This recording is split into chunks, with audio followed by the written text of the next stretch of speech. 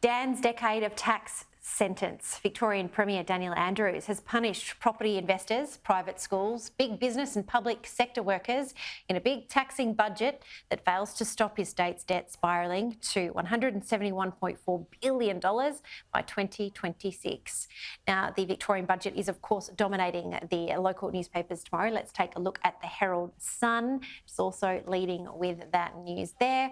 Dan made debt disaster is the splash, and also to the Age as well. Palace debts the house is the splash there. Bets the house is the splash there.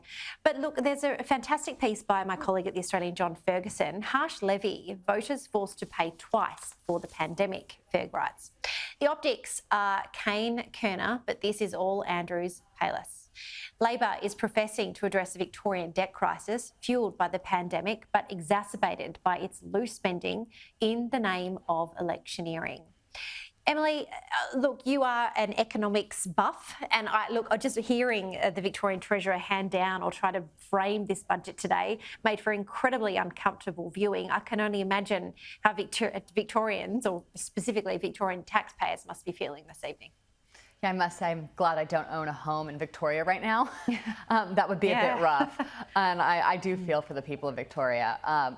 One thing that I find interesting about this is when we are in an inflationary period, it is generally very smart to try to pay down the debt and really increase taxes, cut spending. But this seems to be a pretty one-sided approach. It's primarily focusing on that tax side, taxing housing particularly.